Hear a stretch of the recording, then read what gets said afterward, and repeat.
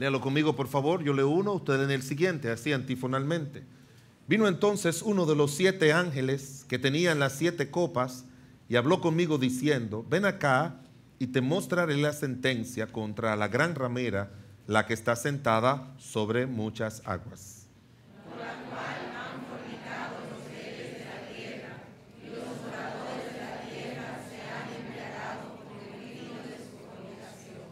Y me llevó en el espíritu al desierto, y vi a una mujer sentada sobre una bestia escarlata, llena de nombres de blasfemia, que tenía 7 cabezas y 10 cuernos. Y la mujer estaba vestida de púrpura y escarlata, y adornada de oro, de piedras preciosas y de perlas, y tenía en la mano un cáliz de oro, lleno de abominaciones y de la inmundicia de su fornicación. Y en su frente un nombre escrito en misterio: Babilonia la grande, la madre de las rameras y de las abominaciones de la tierra. Vi a la mujer ebria de la sangre de los santos y de la sangre de los mártires de Jesús, y cuando la vi quedé asombrado con gran asombro. Y el ángel me dijo: ¿por qué te asombras? Yo te diré el misterio de la mujer y de la bestia que la trae, la cual tiene 7 cabezas y 10 cuernos. La bestia que has visto era y no es, y está para subir del abismo e ir a perdición. Y los moradores de la tierra, aquellos cuyos nombres no están escritos desde la fundación del mundo en el libro de la vida, se asombrarán viendo la bestia que era y no es y será. Esto para la mente que tenga sabiduría. Las 7 cabezas son 7 montes sobre los cuales se sienta la mujer. Y son 7 reyes, 5 de ellos han caído, uno es y el otro aún no ha venido, y cuando venga es necesario que dure breve tiempo. La bestia que era y no es también en el 8º, y es de entre los 7 y va a la perdición.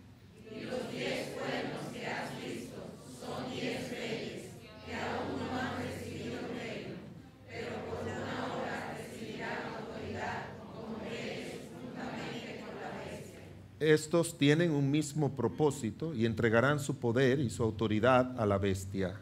Pelearán contra el Cordero, y el Cordero los vencerá, porque Él es Señor de señores y Rey de reyes, y los que están con Él son llamados y elegidos y fieles. Me dijo también: las aguas que has visto, donde la ramera se sienta, son pueblos, muchedumbres, naciones y lenguas.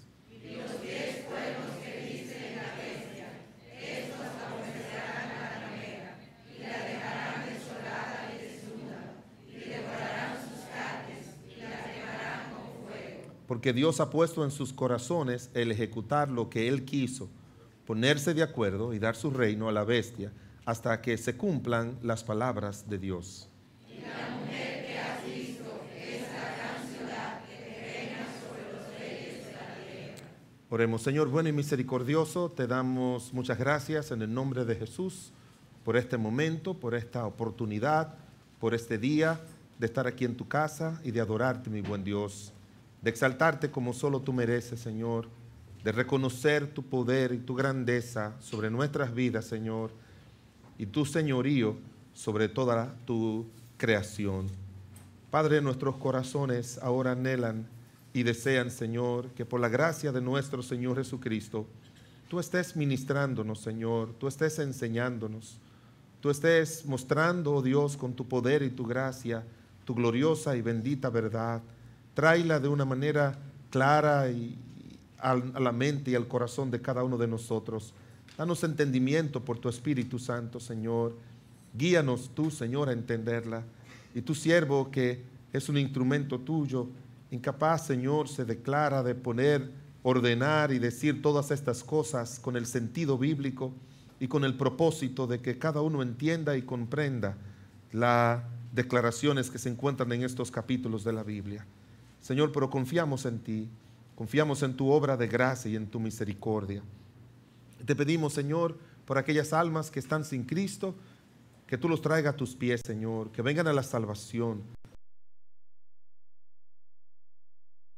nos están aquí presentes como los que nos escuchan, nos ven a través de la internet, Señor. Que tu Espíritu, oh Dios, traiga luz, traiga entendimiento, traiga comprensión, Señor, y podamos ver las cosas como tú nos las muestras, Señor, y creerlas así, Señor. Padre, nos encomendamos a ti en el nombre de Jesús. Amén.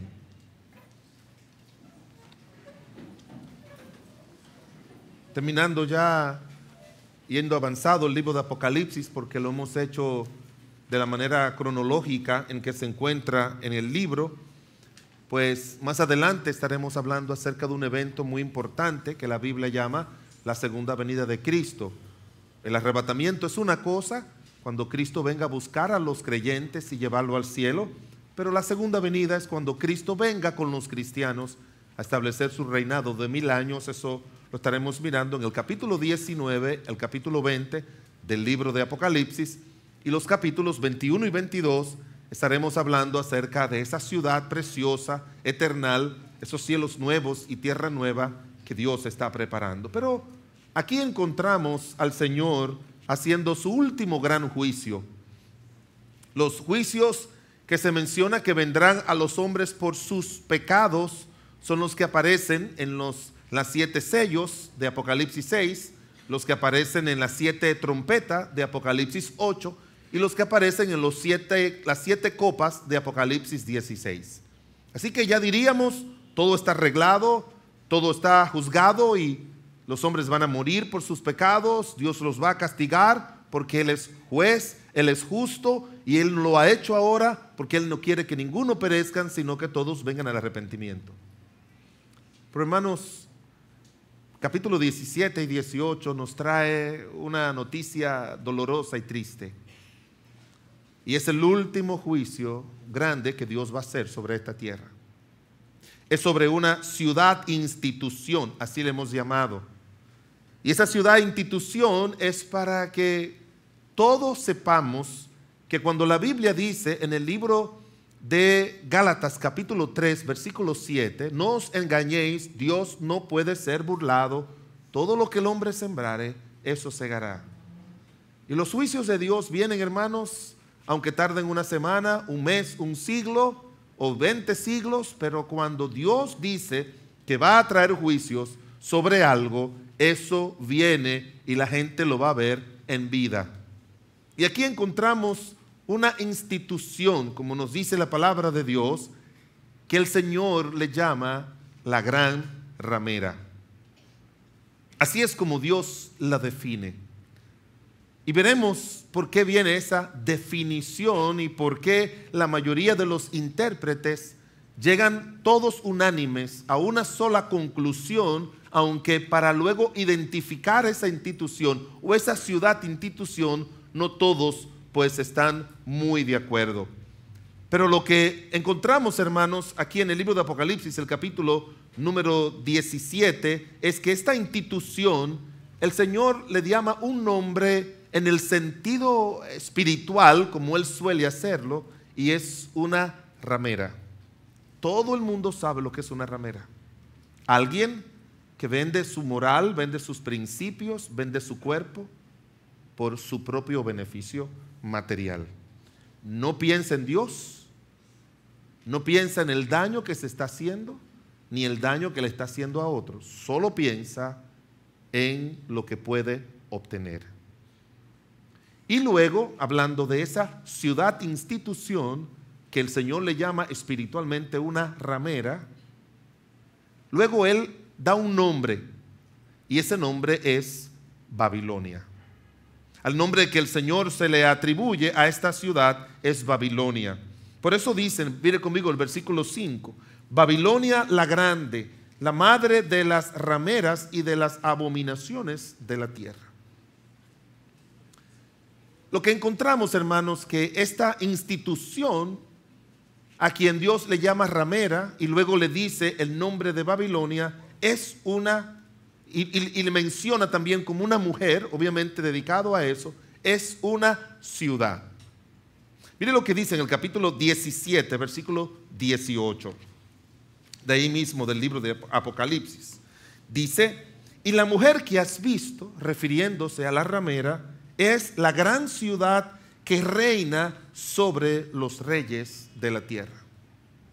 Ahora, piensa en dos cosas, hermanos. Cuando usted lee estas descripciones, usted tiene que mirar la palabra de Dios o la profecía dentro de dos aspectos. Primero está el contexto histórico presente y luego está el aspecto futuro. En el aspecto futuro es que se refiere todo el libro de Apocalipsis, del capítulo 6 hasta el final. Todo lo que se menciona en Apocalipsis, desde el capítulo 6 hasta el final, todos son aspectos futuros. Todos. Pero el Señor, hablando de esa institución que en el futuro Dios va a destruir, como veremos, mire lo que Él dice para darnos una idea de lo que a Él se está refiriendo. Dice: la mujer que has visto es la ciudad que reina, no que reinará, que reina sobre los reyes de la tierra. Es importante que nosotros entendamos que en la época que Cristo vino, ¿cuál era el imperio que estaba gobernando sobre el mundo? Los romanos. Y la capital del imperio, ¿cuál era? Roma.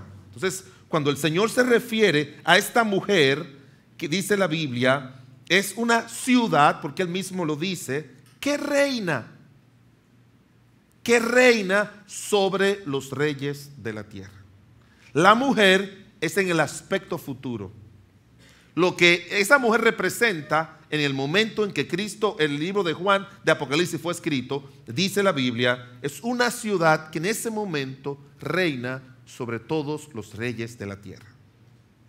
Hermanos, tanto estudiosos católicos como protestantes han llegado a la conclusión de a quien se refiere aquí es a la ciudad de Roma.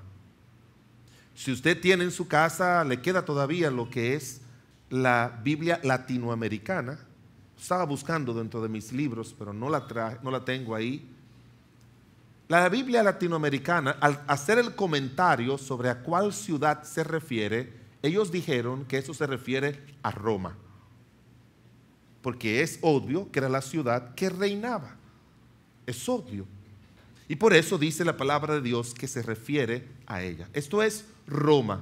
¿Y por qué el Señor la llama Babilonia?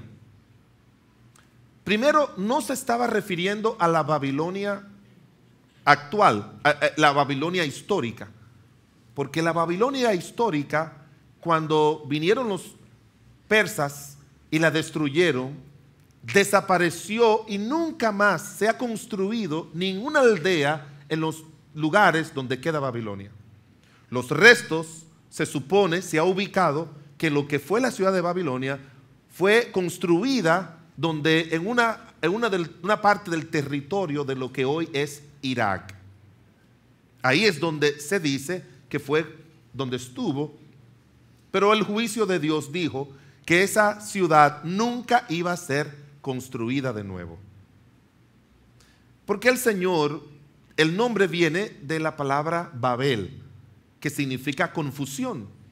Y esa palabra Babel aparece en el libro de Génesis, el capítulo 11, cuando edificaron una torre. Y recuérdese que el propósito de esa torre no era un edificio de habitación, era un aspecto espiritual, religioso, porque era para que llegara al cielo. Y por eso Dios la destruyó. Vamos a usar el término, era el hombre construyendo un medio a través del cual pudiera llegar a Dios, poniendo a un lado los medios que Dios ha puesto para que nosotros llegásemos a Dios. Y hermanos, así es siempre cuando el hombre quiere crear los medios, la manera de ellos llegar a Dios, obviando los medios de Dios. No los va a aceptar a Dios y Dios los va a destruir y todo su esfuerzo va a ser ineficaz. Ahora, hay algo importante en esto. Dios dejó que ellos construyeran la torre de Babel y luego la destruyó. Dios dejó que los babilónicos construyeran la ciudad de Babilonia y luego la destruyó. Eso nos dice, hermanos, que Dios permite que instituciones, que ciudades, que lugares se hagan cosas malas porque de una manera u otra siempre Él quiere que la verdad de Dios llegue para salvación antes que el juicio de Dios llegue para destrucción. Por ejemplo, ¿destruyó Dios a Babilonia? Sí. ¿Destruyó a su capital que se llama Nínive? Sí. Pero antes de Dios destruir a Nínive, ¿a quién envió a Nínive? A Jonás. Dios nunca destruye, hermanos, sin antes dar la oportunidad de salvación. Por eso creemos, hermanos, que cuando Jesucristo murió en la cruz del Calvario, realmente era que Dios quería que todo el mundo fuera salvo. Y todavía Dios quiere que todo el mundo sea salvo. Y si fuera por Él, todo el mundo fuera salvo. No hay algo ya destinado solamente para un grupo. Cuando la Biblia dice claramente, Él no quiere que ninguno perezca, créalo así, hermanos. Si alguien le dice, déjame interpretárselo, dígale no. A usted nadie le va a interpretar 2 más 2 son 4, ¿o sí? Usted necesita que alguien le interprete. No, déjame explicarte por qué 2 más 2 son 4, porque puede ser 5. Eso depende como tú lo mires. No, tranquilo. Vete con tu filosofía para otro sitio. Ya cuando estaba en preprimario me enseñaron a contar así. ¿Cuántos son 2? Así les llaman nosotros niños en el colegio, así. Ahora cuenten, así. 1, 2, 3 y 4. Así le enseñamos nosotros. Los niños ya saben. El Señor quiere que todos sean salvos, hermanos. Y por eso tú y yo tenemos que predicarle a las almas. Porque Él quiere. Y la razón por la que no hay más gente salva es porque nosotros no queremos. Nos inventamos doctrinas, nos inventamos creencias, nos inventamos excusas para no hablarle a las almas de Cristo. Si Dios quiere, tú y yo tenemos que querer también. Y tenemos que hacer todo el esfuerzo para que alguien pueda ser salvo. De manera que este nombre son nombres que tienen que ver simbólicos. Ahora, cuando decimos que esta ciudad, como dice el Señor, hay un argumento fuerte que apoya que esta ciudad se refiere a Roma. ¿Cuál es ese argumento? Los estudiosos católicos dicen que quien estableció la iglesia en Roma fue el apóstol Pedro. Eso es lo que la tradición religiosa siempre ha dicho y se ha aceptado como tal. Y todo parece indicar bíblicamente que es así. Mire conmigo en 1 de Pedro capítulo 5, cuando él se despide. El apóstol Pablo le escribió a muchas iglesias desde la prisión. A otras iglesias les escribía desde otra iglesia, desde otra ciudad, y él las identifica. Y miren lo que dice en 1 de Pedro capítulo 5, versículo número 13.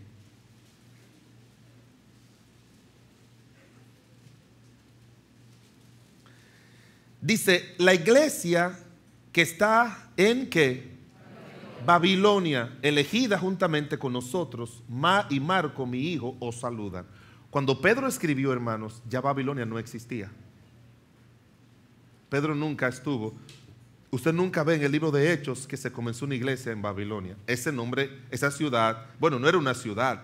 Recuérdese que Babilonia era el nombre de más que una ciudad, porque su capital era Nínive. Entonces no existía Babilonia. ¿Qué es lo que dicen la mayoría de los intérpretes? Que con ese nombre también se llamaba, por muchas razones, espiritualmente a Roma, de donde se cree que el apóstol Pedro escribió su carta. Eso es una de las, como dicen en teología, una de las evidencias internas de que realmente podemos asociar sin ninguna duda que Babilonia y esa ramera es la ciudad de Roma. Así lo dicen la mayoría. Y mire otro argumento más en Apocalipsis, el capítulo número 18. Apocalipsis, el capítulo número 18, versículo 24. Apocalipsis, el capítulo 18, versículo número 24. Dice, hablando también de esta ciudad, y en ella se halló la sangre de los profetas y de los santos y de todos los que han sido muertos en la tierra. Y el versículo 20 dice, alégrate sobre ella, cielo, y vosotros santos apóstoles y profetas, porque Dios ha hecho justicia en ella. En esa ciudad, hermanos, mataron a montones de cristianos en la época de los emperadores romanos. Todos lo sabemos. Y muchos de los apóstoles murieron en el circo romano, que todavía está ahí como un testimonio. Si usted va a la ciudad de Roma, no entero como era antes, pero una gran parte, quizás la atracción más grande que tiene la ciudad de Roma es el circo romano. Todavía está ahí como un testimonio de que ahí se mataron muchos cristianos y se los echaban a los leones. Pero ¿qué es lo que nos dice la historia? En el año 300, Constantino, el emperador romano, cuando iba a una batalla, él dice que vio una cruz. Y en esa cruz, un símbolo que decía, con este símbolo vencerás. Y Constantino se convirtió al cristianismo. Cuando en los primeros 300 años todos los emperadores habían destruido a Roma. Al punto tal de que Nerón destruyó y quemó a Roma y se le atribuyó a los cristianos. Cuando él vio la impotencia de no poder hacer de esa ciudad lo que él quería. ¿Sabe cómo se llamaba la ciudad de Santo Domingo? Después de que un dictador se sintió dueña de ella, ¿cómo se llamaba? Ciudad Trujillo. Nerón le quería poner Neronia a la ciudad de Roma, porque él quería que llevara su nombre de una manera permanente, porque así piensan esos emperadores. Y como no pudo, entonces destruyó toda Roma, la quemó, se la atribuyó a los cristianos y por eso persiguieron tanto a los cristianos por mucho tiempo. Pero en el año 800 los otomanos invadieron a Roma y los otomanos le quitaron el control al imperio romano. Y de ahí en adelante ya el imperio romano no era el imperio que gobernaba el mundo, pero se quedó religiosamente Roma gobernando el mundo. Usted lo sabe porque lo ha leído. En la Edad Media no había ninguna nación que pudiera elegir un rey que no fuera autorizado por Roma. Pero ya no era Roma, hermanos, la ciudad políticamente hablando. Era la ciudad religiosamente hablando. Y no fue sino hasta el año 1929, si no mal recuerdo el dato, que los italianos decidieron hacer de Roma su capital y desligarla religiosamente. Y ellos decidieron que el Vaticano sea un estado independiente, como lo es. Pero todos esos años, como dicen los estudiosos católicos también, Roma es considerada la capital de la religión católica. Y por eso se llaman Iglesia Católica Romana, porque viene de allí.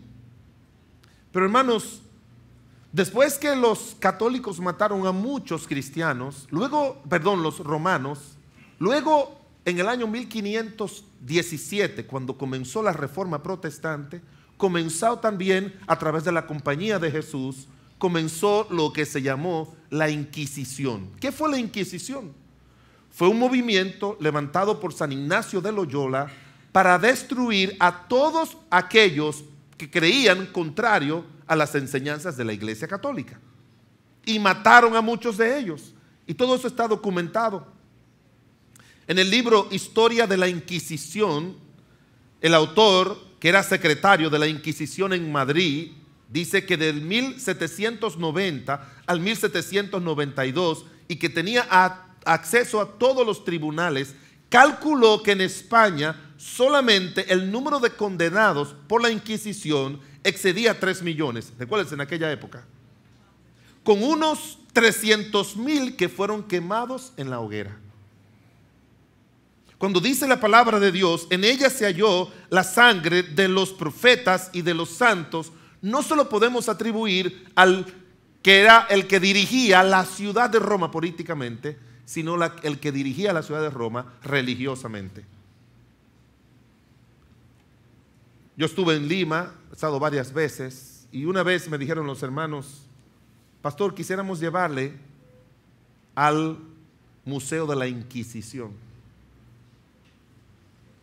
Y me llevaron al Museo de la Inquisición, donde mataban. ¿Usted ha oído las historias de la 40? ¿La ha oído? Le queda corta la 40 a la Inquisición. Y hermanos, eran gente que decían: yo creo en Jesucristo como mi Señor y Salvador. No eran gente que vinieron con herejías. Cuando Martín Lutero movió al mundo entero a creer, Él tomó la Biblia y dice, la salvación no es por buenas obras. La salvación no viene porque tú guardes ritos. La salvación no viene porque tú con las indulgencias compres el perdón de Dios. La salvación viene por la fe que es en Cristo Jesús. Y las iglesias evangélicas o protestantes que surgieron eran iglesias que le decían a los mismos hermanos católicos, lo que queremos es que ustedes crean esto. Pero ellos lo persiguieron y lo mataron. Por eso, hermanos, solo por creer en el Señor Jesucristo y aceptarlo como su Señor y Salvador. Solo por eso. Y mataron a miles y a miles de cristianos. Oiga este dato. Cuando Napoleón conquistó España en el 1808, un oficial polaco, porque la Inquisición, hermanos, terminó hace como solamente unos 100 y pico de años.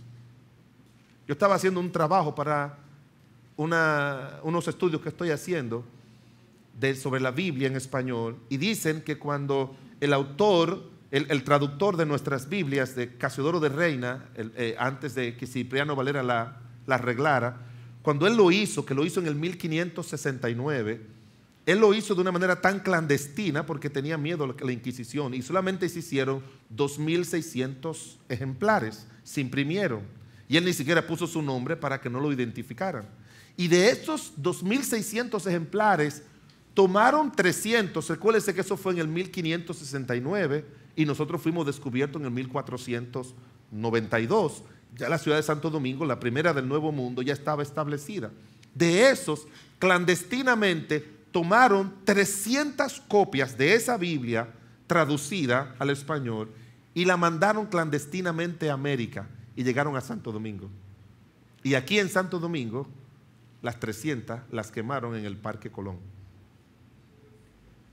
Así que era en contra de la salvación en Cristo y en contra de la palabra de Dios. Yo no sé, hermanos, quién se atreve a quemar la Biblia. Pero eso dice mucho de quién esas personas son. O quienes nos enseñaron a nosotros de que cuando uno leía la Biblia se volvía loco. Ya usted se imagina. Es bueno que usted vea esta institución como la ve Dios, hermanos. No la vea con ese sentimentalismo que muchas veces tenemos, hermanos. Usted y yo nos acercamos allí de una manera sincera, pero los que están dirigiendo todo eso, no lo están haciendo de una manera sincera nunca. Nunca lo han hecho, hermanos. Nunca lo han hecho. Yo estuve en el Vaticano. Yo entré al Museo del Vaticano. Yo me senté en la Capilla Sistina con los audífonos, mirando la historia de todo lo que ahí se ponía. Y un momento aparece uno de los Miguel Ángel. Usted tiene que sentarse así porque el techo es que está pintado de todos los frescos de Miguel Ángel que pintó en el año del 1816 al 1820. Usted tiene que mirarlo así. Hay una parte, comienza con la creación y así va caminando. Toda la historia de la Biblia la ponen allí y ahí está la ascensión de María. Y ellos mismos te dicen, cuando tú pones el número, ahí está el número, tú lo pones en tu idioma, te dice que cuando dijeron ellos que iban a aceptar el dogma de que María ascendió al cielo igual que Cristo, muchos de los obispos se opusieron. Le dijeron, pero eso no está en la Biblia. Y ellos le dijeron, pero ya, nosotros aceptamos que María fue concebida sin pecado, así que tenemos que también aceptar que se fue al cielo. Sí, pero no está en la Biblia, sí, pero eso es lo que creemos. Y dicen que muchos se opusieron, pero ganó la mayoría. No se cree, hermanos, que es algo inocente, es intencional ir en contra de Dios y su palabra. Es algo intencional y por eso el juicio de Dios es tan fuerte, porque es algo consciente que han hecho. Usted y yo no, usted y yo estábamos quizás ahí creyendo otra cosa, pero ignoramos toda la historia que hay detrás de eso, la ignoramos. Dice, cuando Napoleón conquistó a España en el año 1808, un oficial polaco de su ejército, el coronel Lemanowski, informó que los dominicos a cargo de la Inquisición se habían encerrado y bloqueado el monasterio que tenían en Madrid. Cuando las tropas de este coronel forzaron la entrada, los inquisidores negaron la existencia de cámaras de tortura. Los soldados inspeccionaron el monasterio y las descubrieron debajo de los pisos. Las cámaras estaban llenas de prisioneros, todos desnudos, muchos dementes. Las tropas francesas, acostumbradas a la crueldad y a la sangre, no pudieron aguantar semejante espectáculo y vaciaron las cámaras de tortura, colocaron pólvora al monasterio y volaron el edificio. Si hombres crueles y malos se indignan viendo eso, ¿qué piensa usted que va a sentir Dios? Dígame usted, ¿qué piensa usted que va a sentir Dios? Una indignación mayor, mucho mayor todavía. Pero oiga este dato. En 1936, el obispo Bernin de Osnabrück había hablado con el Führer. ¿Sabe quién era el Führer? Hitler. Por más de una hora. Hitler le aseguró a su señoría que no había diferencia fundamental entre el socialismo nacional, lo que él creía, y la Iglesia Católica. Hitler argumentó diciendo: ¿acaso la Iglesia no miraba a los judíos como si fueran parásitos y los encerraba en los guetos? Solo estoy haciendo, dijo, lo que la Iglesia ha hecho durante 1500 años, pero más eficazmente. Siendo que Hitler mismo era católico, le dijo que él admiraba y quería promover el cristianismo, y por eso mató a los judíos. Más de 6 millones de judíos fueron matados por Hitler. Y cuando fuera enfrentado, eso fue lo que le dijeron, porque los católicos no querían saber de los judíos. De manera, hermanos, que lo que estamos diciendo, se han escrito decenas y centenas y miles de libros. Usted puede tener acceso a muchos de ellos por la internet y donde quiera. Libros escritos años atrás, el libro del papado y el poder civil de 1876. Óigame, un historiador católico habla acerca de los hechos que suprimieron en 1809 la Inquisición española. Estamos hablando, hermanos, de más de cerca de 300 años matando a gente que creía en Cristo y creía en su palabra. Yo les repito, hermanos, ¿piensa usted que Dios, ese Dios justo del cielo, no va a hacer nada? ¿Usted piensa que se le va a pasar eso a Dios? ¿Recuerda usted de un rey malo que Dios le dijo que iba a morir en la batalla y él se disfrazó en nadie y entonces disfrazó a otro para que creyeran que él era el rey? Sí, usted lo ha leído, ¿verdad? ¿Alguien ha leído la Biblia aquí? Oh. Y entonces lo disfrazó y lo puso, y cuando lo fueron a matar él clamó y entonces no lo mataron, pero el otro se salió con la suya. Y dice la Biblia que un soldado tiró una flecha a la aventura y por coincidencia, que usted sabe que no se llama coincidencia sino diosidencia, esa espada, y ese tipo estaba forrado hasta las cabezas de toda armadura, se le entró en la juntura. Parece que estaba junta así pegada, y en una él hizo así, y en ese momento entró la flecha y lo mató porque fue al corazón. Eso es obra de Dios, hermanos. Cuando Dios dice que el juez juzga el pecado, Él lo hace. Tarde o temprano Él lo hace. Esto no es un asunto sentimental, esto es un asunto serio, hermanos. Muy, pero muy serio. Y repito, todo eso está completa y totalmente documentado. Todo eso está escrito. La palabra de Dios, por lo tanto, menciona que esta ciudad dejó de ser una ciudad dominante y nunca lo fue, pero sí lo siguió siendo a través de la institución que representaba. En Apocalipsis capítulo 17 nos dice la palabra de Dios que esta institución, el Señor le pone un nombre que a ninguna mujer le gustaría que le pusieran, y es una ramera. Wow. ¿Por qué? ¿Por qué Dios le llama ramera? Dice: vino entonces uno de los 7 ángeles que tenían las 7 copas y habló conmigo diciéndome: ven acá y te mostraré la sentencia contra la gran ramera, la que está sentada sobre muchas aguas. Quiero, para que usted vea por qué Dios utiliza ese término. Volvemos a Apocalipsis, pero vaya conmigo al libro de Isaías. Isaías el capítulo número 1. Isaías el capítulo número 1.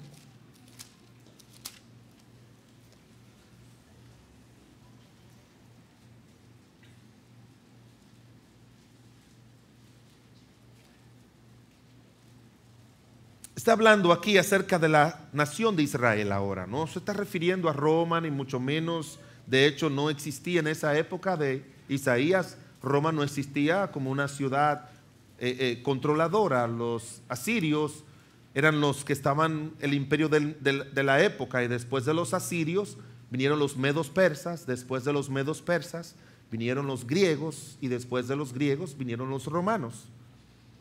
Y miren lo que dice, hablando de Israel, que se había apartado de Dios. Versículo 21. Léalo conmigo, por favor. Todos el versículo 21 del libro de Isaías 1. Aquí vamos. ¿Cómo te has convertido en ramera? Llena estuvo de justicia. En ella a todo. El Señor le dice, refiriéndose a la ciudad de Jerusalén, la ciudad donde se estableció, como dice la palabra de Dios, la nación de Israel, y donde vino nuestro Señor Jesucristo. Él dice, ¿cómo te has convertido en ramera, oh ciudad fiel? Hermanos, déjeme decirle algo. Cualquier hombre, si yo le temo a algo y no quisiera nunca ver en mi vida, yo no quiero saber, y espero que nunca suceda conmigo. Soy humano, lo entiendo, lo admito, y por eso me cuido. Pero si hay algo que yo nunca en mi vida quisiera, jamás que me pasara, es que yo adultere. No tengo el tiempo para explicarle todo esto, hermano, pero si yo tengo una esposa, ninguna otra mujer me va a dar lo que mi esposa me puede dar. La intimidad, que es lo que se busca sexual, pero me la da con amor, me lo da con cariño, me lo da de todas maneras. Ese aspecto yo lo recibo de ella así. Yo creo, hermanos, y yo no puedo ser muy gráfico ahora, pero hermanos, es lo mismo. No sé si me entienden, hermanos. Es lo mismo.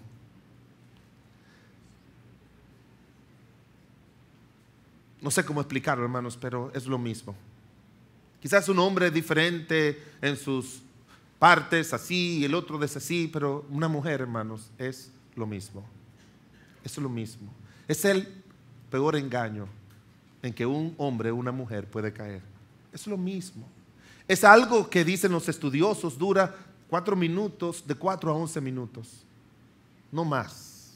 Yo no voy a arruinar mi vida, mi matrimonio, mi reputación, la gloria de Dios y todo por 4 a 11 miserables minutos con alguien que yo no amo ni me ama, para hacer lo mismo con alguien que sí me ama y que yo amo. Usted dirá, pastor, ¿a qué viene esto?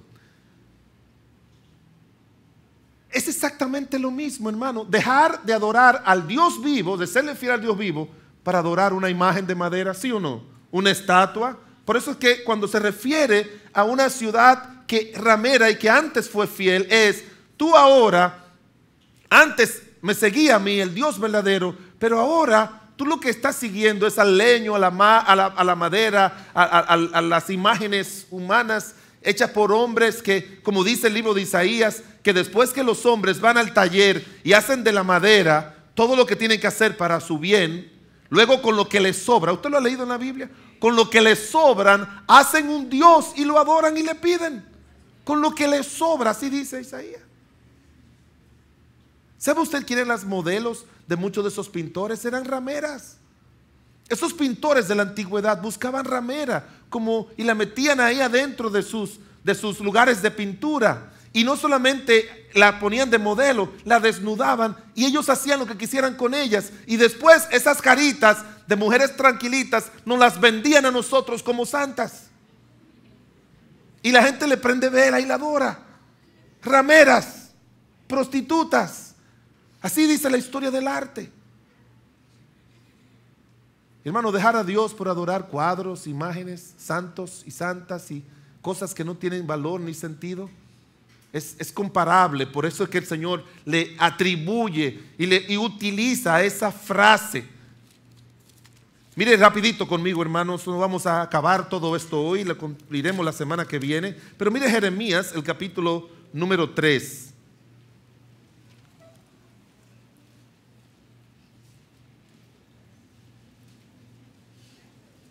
Jeremías, el capítulo número 3.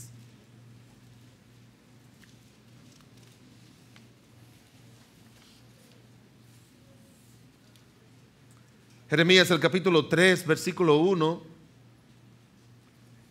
Note lo que dice la palabra de Dios. Dicen, si alguno dejare a su mujer y yéndose ésta de él se juntare a otro hombre, ¿volverá a ella más?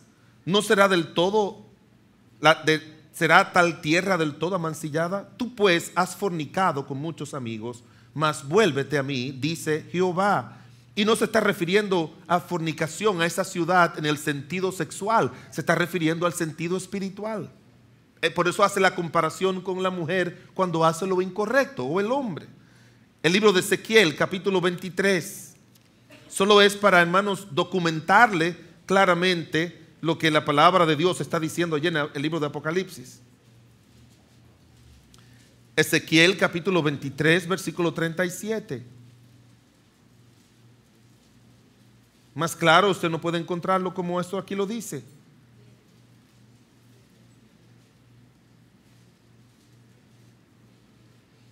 Dice, porque han adulterado y hay sangre en sus manos y han fornicado ¿con qué?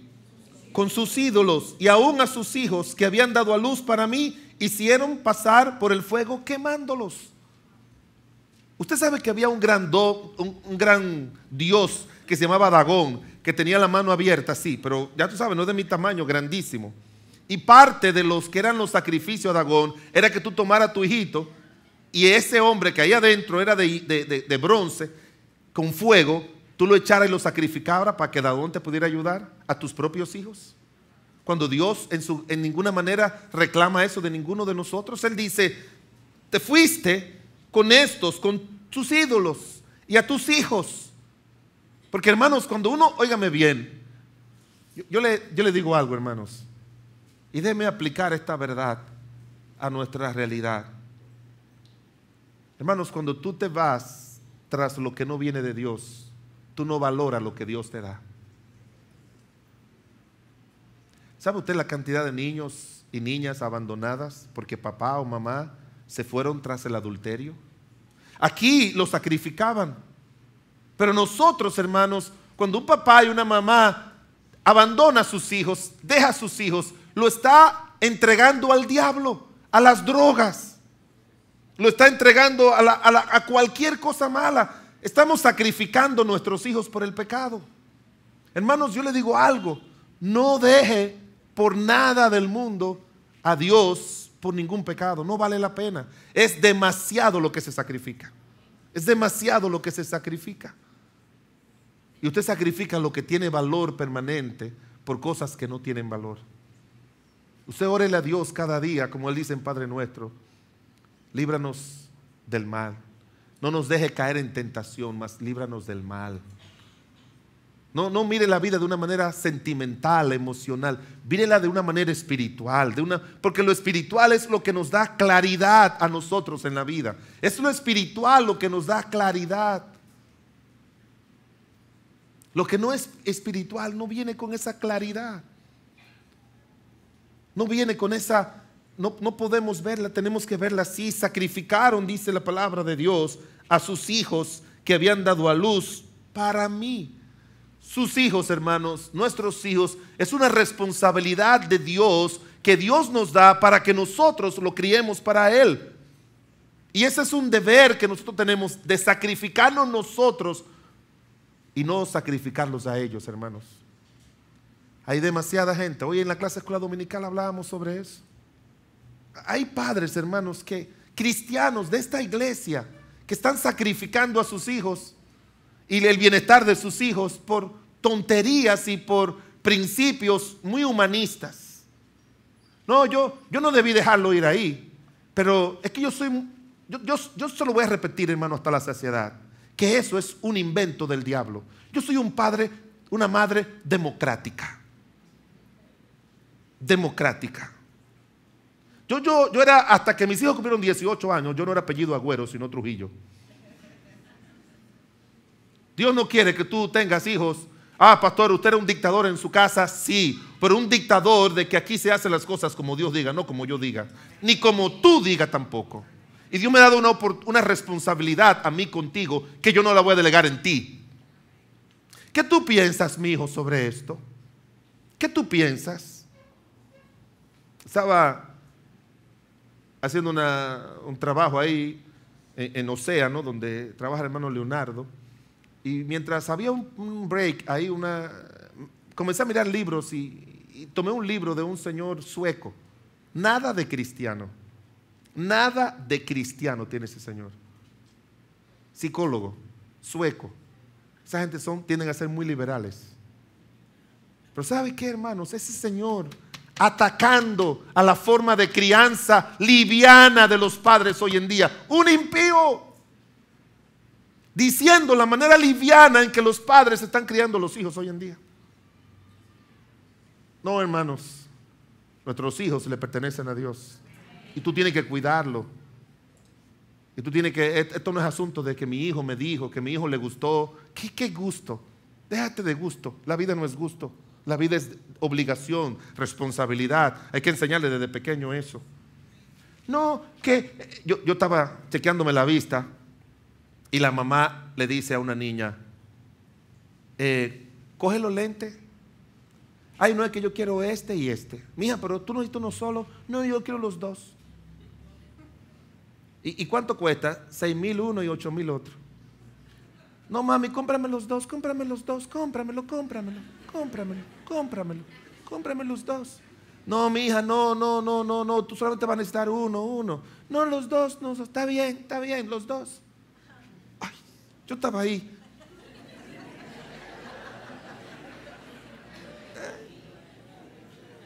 ¿Cómo va a ser eso? ¿Cómo va a ser eso? Y así es todo. Viven para dejar que sus hijos viajen a su ritmo, a su deseo. Porque, pastores, que estamos en otra época. No es como cuando lo criaron a usted. Oh, yo quisiera que a ti te criaran como me criaron a mí. Porque aunque no me gustó antes, ahora lo disfruto todos los días. Ahora sí que lo disfruto como me criaron a mí. Ahora cuando yo veo a mis 3 hijos, disfruto a mis hijos porque yo lo crié como me criaron a mí. Un señor dueño de un supermercado aquí, no cristiano, le hicieron una entrevista en el periódico. Yo leo todo para aprender todo. ¿Sabe lo que él dijo? Esta generación le está dando a los hijos lo que sus padres no le pudieron dar. Pero no le están dando lo que sus padres sí le dieron. Así dijo él. Le estamos dando todos los juguetes y todos los iPads y todo lo que es esto y todo lo otro y todo aquello se lo estamos regalando a los muchachos. Porque eso es lo que ellos quieren, pero no le estamos dando lo que nuestros padres nos dieron, que fue de más valor que eso. A propósito, si quizás tú vienes de un hogar donde no te dieron valores, esa es la razón por la que tú hoy en día no te resistes a criar con valores. Si creciste de tu cuenta, esa es la razón por la que hoy en día estás criando a tus hijos de tu cuenta. Si tu papá te abandonó o tu mamá te abandonó, esa es la razón por la que tú hoy en día abandonas a tus hijos. Déjeme decirle que si tú no paras ese maldito vicio de seguir haciendo las cosas como a mí me la hicieron mala, tú vas a tener una cadena de como te crió tu papá, te criaron a ti, está criando a tus hijos y así va a ser y no va a haber alguien en la familia que se pueda decir tiene una familia estable. Hay gente, hermanos, se han hecho estudios por familia donde por 4 o 5 generaciones no hay una sola persona que tenga una familia estable. Porque no cortamos ese ciclo solamente cuando uno viene a Cristo. Y déjeme decirle, hay muchos que vienen a Cristo, pero no aprenden a ser padres como Cristo manda. Se quedan salvos ellos, pero no más. Yo estoy orando por muchos de los jóvenes y adolescentes de esta iglesia. Si tú no lo sabes, aquí hay, por lo que yo puedo percibir, aquí hay muchos jóvenes y adolescentes que se sientan cada domingo aquí, pero no son salvos. Y sus padres se contentan porque vienen a la iglesia. Y yo cuando oro en mis oraciones, oro, lloro y clamo a Dios para que Dios en cualquier culto traiga convicción de salvación. Porque para muchos padres el hecho que ellos vengan ya es suficiente. No, ellos van. Usted no lo vio allá ni están. No, no es eso. No es eso. Es que tengan a Cristo, que sean salvos. No te contentes con eso. Que tengan a Cristo como su Señor y Salvador. Hermano, no hemos ido del mensaje. Estamos diciendo que la razón por la que, como dice aquí en Ezequiel, ellos han fornicado, o sea, detrás de los ídolos, han dejado a Dios. Y cuando uno deja a Dios, entonces uno no valora ni a Dios ni las cosas que Dios nos da, aunque se supone que Dios nos las da para que tengamos algo de valor en esta vida. Yo no sé usted, hermanos, pero para mí la única cosa que tiene valor en esta vida son mis hijos. Eso no soy yo, claro, mi esposa, pero a ella yo no la cuento porque somos una carne. No cuento a mi mamá, que tiene mucho valor, porque ella, como todo el mundo, nos crían a cada uno de nosotros para que formemos nuestra familia y le demos valor a nuestra familia, y así generación tras generación. Pero tiene que ser tus hijos, tiene que ser Dios, tiene que ser la gente. Ya tú tienes que cambiar el hecho de que sea solamente las cosas las que tengan valor. Cuando las cosas tienen más valor que lo que para Dios tiene valor, es porque nos estamos alejando de Dios. Sin darnos cuenta, nos estamos alejando de Dios. Quisiera que terminemos este tema. Tenemos mucho que cubrir, mucha documentación que mostrarle la semana que viene. Es algo serio, hermanos, esta destrucción que Dios va a traer sobre esta institución. Esta institución es como dice la Biblia de los judíos, que por fuera se muestran muy bien frente a los hombres, pero por dentro están llenos de ¿qué? Sepulcros blanqueados, le dijo el Señor a los fariseos, a los líderes. Y ya usted sabe lo que se ha destapado aquí con el nuncio. Óigame, el representante de Dios, porque el Papa representa a Dios, ¿sí o no? Y él es el que representa al Papa en el país. Miren yo no creo que eso no se haya dado otras veces, pero por primera vez se dieron cuenta. Eso es lo que yo creo. Ahora fue que se dieron cuenta. Y se dieron cuenta no porque la gente se dio cuenta, porque allá en Puerto Rico hay un obispo que se dio cuenta de eso y comenzó a atacar, y fue él el que sacó todo, porque los de aquí los encubren, los ponen debajo de la alfombra. Y ya como ya eso salió, entonces ya ahora están hablando de que no, que esa gente, no hermanos. Sí, yo creo que tú leas, creo, no estoy equivocado, el libro de Cosas Añejas de César Nicolás Penso. No estoy equivocado, no estoy seguro si es él. Pero él dice que el río Sama, al principio, los años de la conquista y los primeros años de aquí, que el río Sama recibió mucho feto de religiosas que salían embarazadas de religiosos. Creo que es él, yo lo leí, creo que fue en el libro de él. Lleno de fetos de religiosas que salían embarazadas de religiosos. Eso es lo que se ve, hermanos.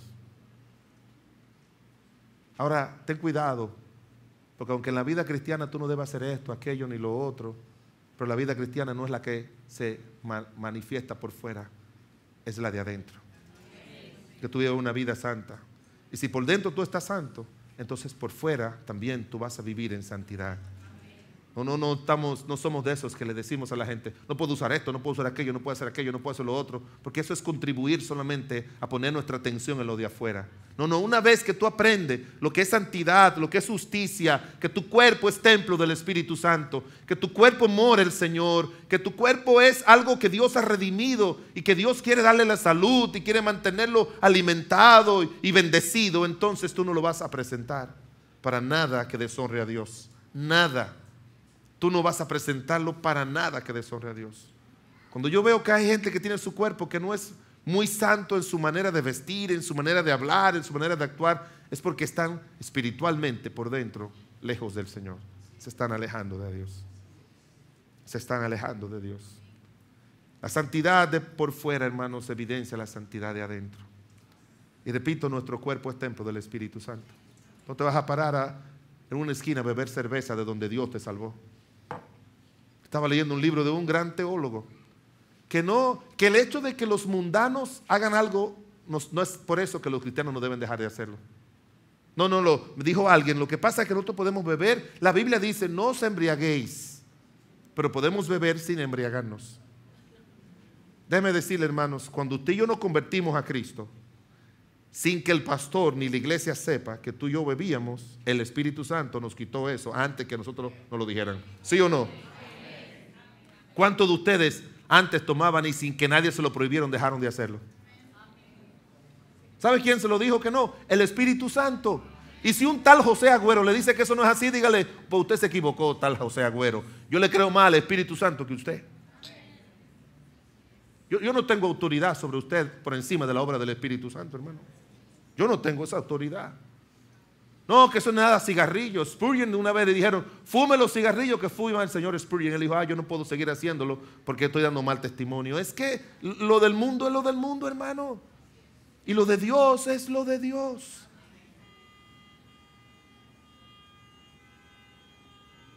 Hay juicio de Dios cuando la gente se aleja de Dios. Y esta institución, hermanos, está muy bonita. La semana que viene vamos a mirar lo que sigue diciendo el versículo. Dice, habla de las riquezas. Yo quiero que usted vea los datos de la riqueza. Tanta gente viviendo en la pobreza. Yo quiero que usted vea los datos sobre la riqueza. Eso se ve que Dios está muy lejos. Eso está muy lejos. Y por eso el Señor usa términos tan fuertes, que ya lo usó en el Antiguo Testamento. Ramera, ciudad infiel. Dios lo utiliza cuando gente utiliza a Dios para esconderse haciendo cosas malas. Que Dios no solamente los libre a ellos, que uno quisiera, pero que nos libre a nosotros, hermanos. Que nos guarde, que nosotros, hermanos, permanezcamos fieles a Dios. Perdónenme, hermanos, pero si esa imagen, yo estoy convencido de que esa imagen que está ahí no me puede oír, no me puede contestar, no puede ayudarme. Yo no puedo pedirle a ninguna imagen que me ayude porque no puede. Hermanos, tampoco me puede ayudar cualquier cosa que no venga de Dios. No me ayuda. Entienda, cualquiera que sea, no me ayuda. Si eso no viene de Dios, no me ayuda. El autor de un libro le preguntaron, a un pastor, ¿cómo usted le dice a una persona si algo es bueno o es malo, aun cuando la Biblia no dice nada acerca de eso? ¿Entendieron lo que le dije? ¿Cómo mostrarle a una gente que algo es malo cuando la Biblia no dice que eso sea malo? Las drogas, por ejemplo, la Biblia no habla nada de las drogas. Pornografía, no habla de la pornografía. Fumar, no habla nada de eso. ¿Sabe lo que ese autor dice? Solamente piensa que si Cristo estuviera aquí, si Él lo haría o no lo haría. Y eso es suficiente. Solamente piensa en eso. ¿Entraría el Señor a ver ese espectáculo? ¿Llevaría a José y María a sus hijitos a ver a Justin Bieber?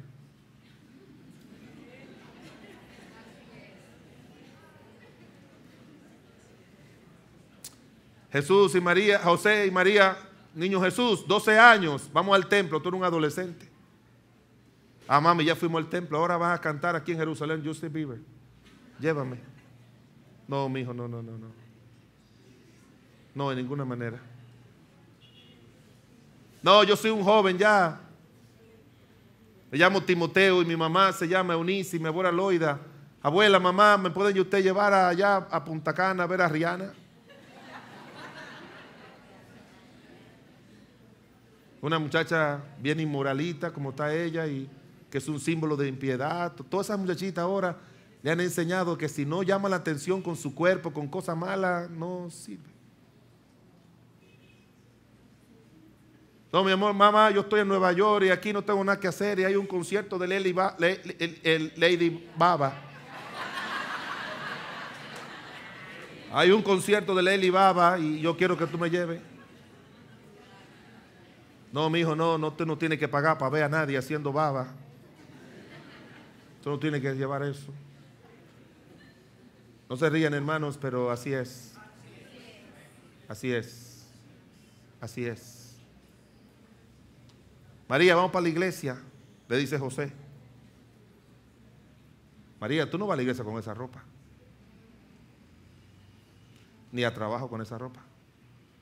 Tú no vas a andar con esos pantaloncitos ajustaditos por ahí por la calle. Licra, no, María. Tú eres una mujer santa, tu cuerpo es puro.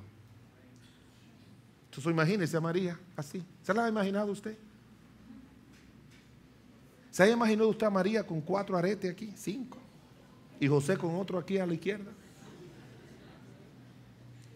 Usted se ríe, hermanos, pero esa es la medida para nuestros preceptos en esta tierra y en este mundo malo. Somos de Dios y tenemos que estar orgullosos de eso, hermano. Todo el sentido de la palabra. Y que nadie no se avergüence. Usted con orgullo dígale, yo creo en Dios. Sí. Y mira, como dijo alguien, si Dios no existiese, gloria a Él que por Él he tenido una buena vida. Porque para mí, hermano, ha sido una buenísima vida. Yo que he nacido y crecido en el Evangelio. Yo no me arrepiento de nada que he dejado de hacer. No me arrepiento. No anhelo hacer algo que he dejado de hacer. Porque yo he visto en mi oficina lo que le ha pasado a todos aquellos que han llegado a hacer lo que yo he dejado de hacer. Y los psicólogos, si no fuera cristiano, ellos también tienen que batallar con eso mismo. Entonces, es una bendición, hermanos, ser hijo de Dios y vivir como un hijo de Dios. ¿Y sabe qué? Darle gracias a Dios que nos sacó de ahí, de esa institución. Darle gracias a Dios que nos sacó de ahí. Decirle, Señor, gracias porque me sacaste de esa institución, de esa ramera. Está feo decir eso, hermanos, pero esos son los términos de Dios. Esos son los términos de Dios. Gracias a Dios que nos sacó de ahí y que nos ha puesto en Cristo. De hecho, la Biblia dice, salid en medio de ellos, pueblo mío, y yo os recibiré. Oremos. Señor bueno y misericordioso, te damos gracias en el nombre de Jesús, porque tú en tu bondad, en tu misericordia y en tu amor nos concede el privilegio, Señor, de ser hijos tuyos y de vivir para ti, Señor amado. Estamos en Cristo, Señor. Ayúdanos a andar como es digno. Gracias por sacarnos del pecado. Gracias, Señor, sacarnos de la religiosidad vacía. Gracias, Señor, porque tú nos has puesto en Cristo y ayúdanos a vivir valorando eso cada día de nuestras vidas. Que tú nos dirijas, Señor, con tu poder. Que tú nos guíes con tu divina gracia.